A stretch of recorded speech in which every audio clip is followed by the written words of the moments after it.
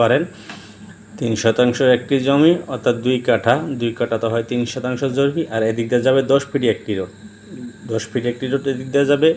তো বন্ধুরা, এই জমিতে আসতে হলে আপনারা কীভাবে আসতে হবে বন্ধুরা, আজকে আমি আপনাদের জন্য নিয়ে আসলাম নারায়ণগঞ্জ জেলার ফতুল্লা রেল স্টেশনের পূর্ব সাইডে 3 শতাংশের একটি প্লট নিয়ে আপনাদের মাঝে হাজির হলাম। এই রোডটা হলো 12 ফিট রোডের পরে হবে 10 ফিট একটা রোড। 10 ফিট রোডের সাথে এই জমিটার আশেপাশে বহুতল বিল্ডিং করা রয়েছে। এই এতটুক জমিটা খালি আছে, একটা প্রজেক্ট খালি আছে। এই জমিটা বিক্রি করে দিবে মালিক অল্প দামেই। আপনারা সম্পূর্ণ ভিডিওটি দেখতে থাকুন।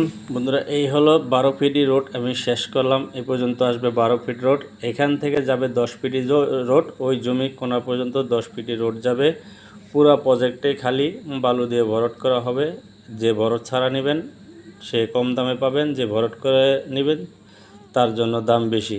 খুঁটা আছে, এই খুঁটার থেকে আপনার এই বরাবর একটা রোড যাবে 10 ফিটি রোড। আমি যেখান দিয়ে নামলাম এখান থেকে বরাবর 10 ফিটি রোড, আর এই গলি দিয়ে যাবে আরেকটা 10 ফিটি রোড।